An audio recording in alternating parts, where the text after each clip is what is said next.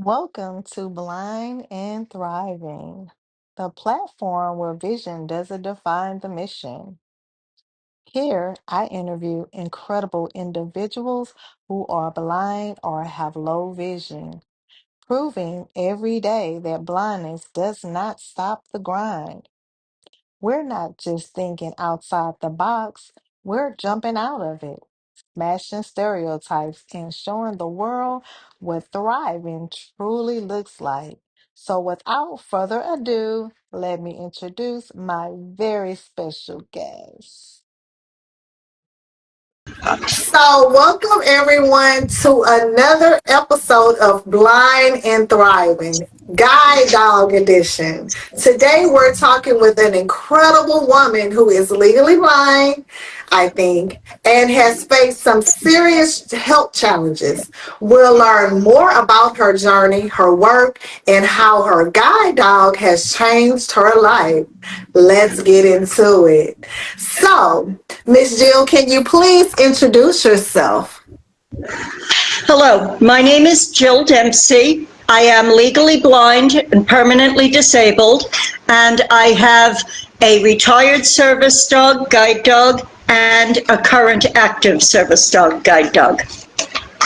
Okay. Are you comfortable with telling us your age? I will be 60 in April. Okay.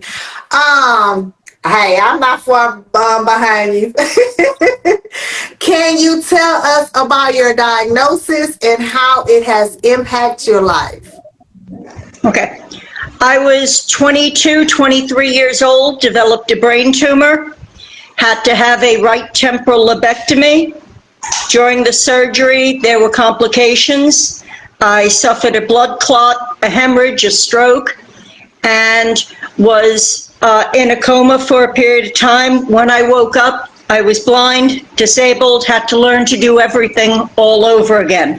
I had difficulty walking, talking, was wheelchair bound, couldn't get out of the house. Fortunately, I had a good, loving, caring family who kept me at home and who helped me and who cared for me.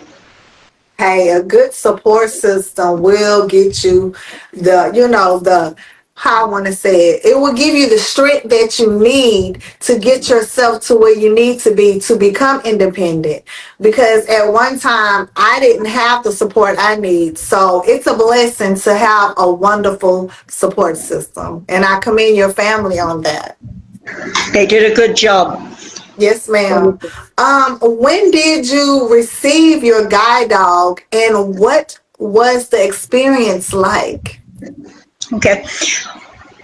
All of my family died within a 3-year period. My mother, my father, my brother, my caretakers, my aunt, my cousin. So the people who were here with me on a daily basis all passed away.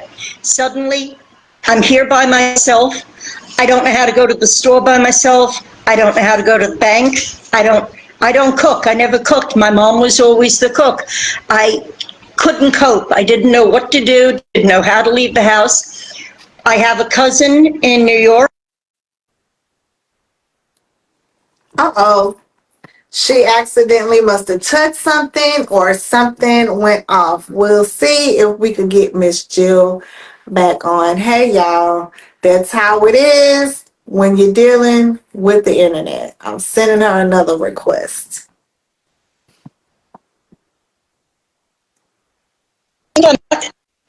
Okay, we're back. Okay, it cut off for a minute. I apologize. That's okay. It's the internet. That's how it does. Okay. But I had a cousin who was blind. She got guide dogs from Freedom Guide Dog. So I was familiar with them. I contacted Freedom, and Eric Laurie, the president and CEO, and John Byfield, the trainer, brought me Kissable Katie. And it was the best experience in my life. It totally changed not only my life, but my capacity for life, my capacity to live. So let me ask you this: you are you still a wheelchair user? No, I am not. Okay, because I was supposed to ask you, how do you, navigate with the guide dog with the chair? Okay. Well, what kind of guide dog do you have? Kissable Katie, absolutely Kissable Katie, is a purebred standard poodle. She is very regal. Katie was the gold standard of guide dogs. She not only was guide dog trained, she was very calm and mellow. She also alerted to my epileptic seizures. Despite medication and brain surgery, I still have epileptic seizures. Katie alerts me 3 to 5 minutes before I have a seizure. And Wow. she can tap a medical alert button, unlock the door, let rescue in, and bring them to me. Wow. You guys hear that? How these dogs are so trained. Man, that is so awesome. So, do you know why this specific breed was chosen for you? I have allergies. I spend time at a cancer treatment center, and I needed hypoallergenic, a non-shedding dog that I could take places like the cancer center when I go for monthly treatments. And I had requested as hypoallergenic as possible. Right. Because I think from what I know, they usually give labs or German shepherds and the standard size poodle. And from what I had asked, because I had asked for a standard size poodle, but they said that you have to be allergic to, I guess, to certain things or whatever. Right. Okay. And that was it for me. I have bad allergies. I'm allergic to dander and hair. I have hay fever allergies, things like that. So that was a primary reason. Now, I had a cousin who had a poodle. It was a little tiny thing. It was an ankle biter, used to yap all the time. I said, "You giving me a poodle? I'll trip over it and fall and break my neck." Katie was a standard poodle, and there is a big difference. Right. In fact, the owner of Freedom said, "I don't really like working with poodles. They're too independent. They're so intelligent. They don't want to do routine, mundane work. They need to be challenged." Well, Kissable Katie was perfect for me. I challenge her on a regular basis. Since getting your guide dog, have you been able to stay active or get more involved in your community? All of the above. I was homebound for years. I didn't go anywhere Excuse me. without assistance. Because of Katie, my trusting her ability, knowing that she wouldn't leave me, she wouldn't abandon me, she had me covered, it made me start leaving the house. I got involved again. I started doing what I wanted to do, what I loved doing. And it led me on the most unusual path you could ever imagine. Could you tell us a little bit about it, if you don't Okay? mind sharing? Not at all. While I was at the hospital one day, I met a friend, Michelle. She was telling me about backyard birding. You could learn to bird by ear. You don't have to see the bird, you just have to hear the bird. She became my spotter. I could hear it and tell you about what tree the bird was in. If she spotted it, it counted as we saw the bird for a bird walk. And Michelle and her husband, Steve Bridges, belong to a very unique organization, Cowboy Fast Draw Association. It is a shooting competition. I walked up with my dark glasses, my white cane, and my seeing eye dog. "Hi, I'd like to shoot today." They didn't know what to do with me. They were like, "She's nuts. Lady, we shoot real guns at real targets." I said, "Yeah, I used to work for the police department. I know what shooting is. I want to see if I still can." And I did. And not only that, the very first competition I participated in, I won first place, Wow. Florida State ladies. Oh, I'm not right. fast, but I'm accurate. Right. I love it. I love it. That is so interesting. I love it. I love it. So, Miss Jill, how do people usually react when they see you with your guide dog? Okay. For the most part, everybody wants to pet the dog. They see the dog, they say, oh, what type of dog is that? Can I pet it? I try to say, no, we're working right now, but this is my guide dog. This is Kissable Katie or Sir Enoch. We're working right now, but they're standard poodles, and it is because of them I'm able to be out here. Right. I am unusual because I do work in the community. I belong to the Flagler County Sheriff's Office Citizen Observer Patrol. I used to work for Daytona Beach Police Department as a 911 dispatcher. I can't do that anymore. I can't drive anymore, but I can be a volunteer Citizen Observer Patrol, go on patrols riding shotgun with another patrol, and also I can dispatch and do non-emergency calls. They don't expect to see a blind lady with a guide dog in uniform. Right, right. That is so interesting. I know you are blowing people's mind away. I didn't know that you used to work for the sheriff department. That is awesome, and you still are helping your community. I love it. I love it. So you I kind look at it. I look at Ma'am, it that go my ahead. guide dogs are my guardian angels. They put me on the path that God intended me to take. I didn't do it the way I thought I'd do it, but maybe I'm doing it the way God intended. He sent me two guardian angels, my lifeline to the world. You are so correct about that, because when we're, growing up, becoming young adults, we have a certain plan that we see for ourselves, but God always steps in and redirects us to his plan. I can contest to that. Absolutely. Yes, I really can, because my walk of life is not what I thought it was going to be. It's greater. It's more of a blessing now. So Yes, I'm good. glad you feel the same type of way that I do. I do. So you said a little bit about when you're out with your dog, people kind of don't respect that your dog is working. Um, I used to have a hard time telling people, because it's like every day I'm out. Every day. I'm having to tell someone he's not a pet, he's working. So how do you suggest a person that has a guide dog that maybe feel like I do? You don't want to seem rude, but you have to let them know that the dog is working, because you could get hurt. So what is your approach? I do a lot of work in the community with children at events, COP events, and I try to use it as a time to educate them. This is a service dog. If you see a dog in vest or in harness, that means they're working. They have a very important job to do.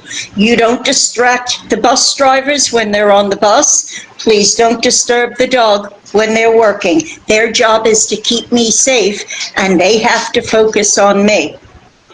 And I try to use that as a teaching. Do you need to stay focused when you're taking a test? Well, this is kind of like a test for my dog. Will you help him succeed? Will you help him do a good job? Don't distract him. Right, right. So it's kind of like, I like your approach. So it's kind of like you advocate in a sense as well as educate them when you let them know, hey, my dog is working. I love it. I love it.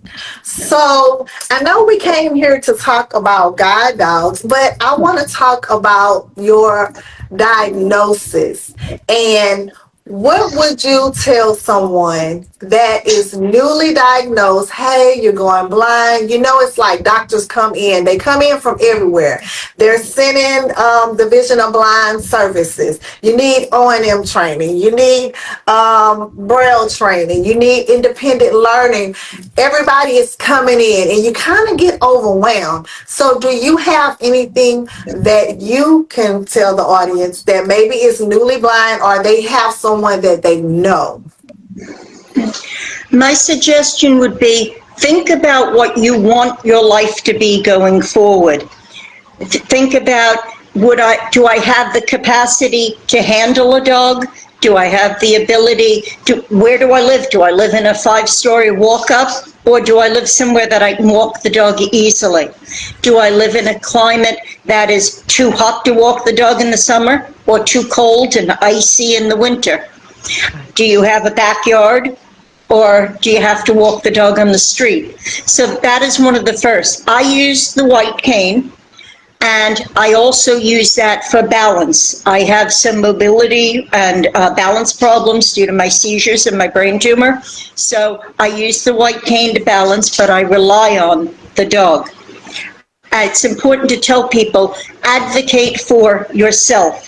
You know how you feel. You know what you want from your life. The doctors can make suggestions, but do what's right for you. Stand up for yourself and tell them what you want out of your life and your treatment. Exactly. We were talking a little bit before we initially did the interview, and you have brought up something very important because a lot of people inbox me and ask me about guide dogs. One of the things you had said you wanted to talk about how costly it is to have a Yes. guide dog. Yes, it is. There are things that people don't think about. And I have a poodle. I am not capable of clipping my dog's hair, washing it, doing his and her nails. So poodles require special care and grooming. It is $125 per dog per month to get them groomed. You have to consider things like food. Does your dog need a special diet? Does your dog have allergies? Things like medicine. Dogs are required to have flea, tick, heartworm, rabies. You might need pet insurance. Most vets have a monthly pet insurance that you can buy. It's for health and wellness. It'll give them their shots, their lab work, maybe an x-ray. But if your dog is hit by a car while guiding you, you might need catastrophic insurance, and that's a second expense, and that you have to choose how much coverage do you want, what type of deductible do you want, how much reimbursement you want. So insurance is a very large part to owning a dog. You want to be a careful dog owner and make sure that your dog's needs are met. So food, grooming, health care, availability to get to a vet. If your dog is hurt, how fast can you get to a vet? And what happens to you if you have to go into the hospital for more treatment? Is there someone who can watch your dog? Your dog can usually go into the hospital with you unless you're having surgeries, MRIs, cancer treatment, things like that. They want someone else to be responsible for walking your dog, watching your dog, things of that nature. Do you have someone who can help you and be there for both of you? That is so correct. I've learned a lot of what you said because I'm a first-time guide dog user, but I've had him for 6 years. So I had to learn throughout the way, and you are so correct because I had to have surgery on my knee, and that was a lot of things that I had to think about. So I forgot about all that. I'm glad you said it. And it's the simple things. Walking into a store should take you 5 minutes to go pick up a carton of milk. Not if you have a guide dog. Oh, what type of dog is it? Can I pet it? Oh, let me see. And it takes longer than 5 minutes. Well, where is your dog from? Where did you get him trained? And that brings up, it's a learning opportunity. You can say this is a Freedom Guide dog. He was AKC trained by Lead Me, I Will Follow. He was service dog and task trained by Pop Smoke, things like that. So it's a learning opportunity. And you can tell people all the things you can do because of your dog. Correct, correct. So what is the name of the place that you got your dog from again? Freedom Guide Dogs. They're located in Cassville, New York. Okay. And what is the process? Because I went through another guide dog school. What was the process for you? With me, I contacted them again. I had a cousin who had a Freedom Guide dog. And I contacted her and she said, you fill out an application, get your doctor or a nurse or your patient advocate to help you fill out the application. Let them know what your needs are. In my case, it was immediate. My mother died. She was my caregiver, my caretaker. I didn't know how to go to the store. I didn't know how to go get my prescriptions or go to the bank. So I said, I have an urgent need. My doctor provided the paperwork, the diagnosis, the codes, the authorizations. Freedom Guide Dog worked with me. Eric and John Byfield were wonderful. They came to me. Freedom has a program called Hometown Training. The dog is initially socialized and trained in New York, but they bring the dog to you in your home, and they take you to areas that you go regularly to teach you and your dog the paths that they can expect to take. How long did the training for you and your guide dog, once y'all were matched and y'all had to do that initial training, how long was that process for you? Because I know it's different for everyone. Correct. I believe it was about 4 to 6 weeks of training. I think they had also brought me an addition of a couple other dogs down when they came, but Katie was the only one that alerted to my seizures. So my doctor said, that's the dog we want her to have. That dog alerted to Jill's seizure 3 minutes before she had it. Man, that is amazing. And so that was the deciding factor. But John was down here. He worked with me. He helped me, made sure I was comfortable, told me the commands I needed, things like that. They made the process smooth and easy for me. That is awesome, man. So you have a guide dog and she alerts for your seizures. I love it. These dogs they're more than just dogs. They are so amazing. They give us life. They give us independency. It's just awesome. Miss Jill, is there anything that you would like to say? Would you like to shout out your social medias, or do you have any last words you would like to tell the audience? Yes, I would. I'd like to thank you for having me on your show. This has been a great opportunity. I know you're a member of the National Association of Guide Dog Users, and that is how I was first introduced to you. I'd like to thank you for your work in the community. I would like to thank my friends, my family, my CFDA family, my Six Gun family, Freedom, Pop Smoke, and all the organizations. I work with 12 different organizations bringing service dog awareness for veterans and things of that nature. I want to give all of them a shout out. You don't know the difference a well-trained service dog makes in the life of a disabled person. And please support these organizations. Reach out, volunteer with them. You don't have to donate money. You can volunteer your time and your effort. But when you can, if you see a working dog pair, please be respectful. Give them the space they need so that they can safely guide their handler. Yes, ma'am. Yes, ma'am. And I want to thank you so much. Your story is inspiring. It is motivating. And wow. I can't believe some of the stuff you just told us. Like, I'm going to think, I'm a thinker. So I'm going to go to bed and I'm going to think about this. Oh my God, this lady is shooting birds. She used to work for the sheriff department. I'm in awe. And I want to thank you. My dogs know I'm nuts. My dogs know I'm nuts. If the dogs could speak or write a book, we'd all be in trouble. I parasail. I zip line. Wow. I do all sorts of stuff. My next goal is skydiving. The dogs have already said, we ain't going, not in my job description. You can hit the ground on your own. We don't need to participate. So y'all hear it.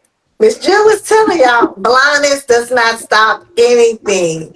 You can still do anything you put your mind to. We just have to make a few minor adjustments, but we can do it. I'm not disabled, I'm differently abled. Might not do it the way everybody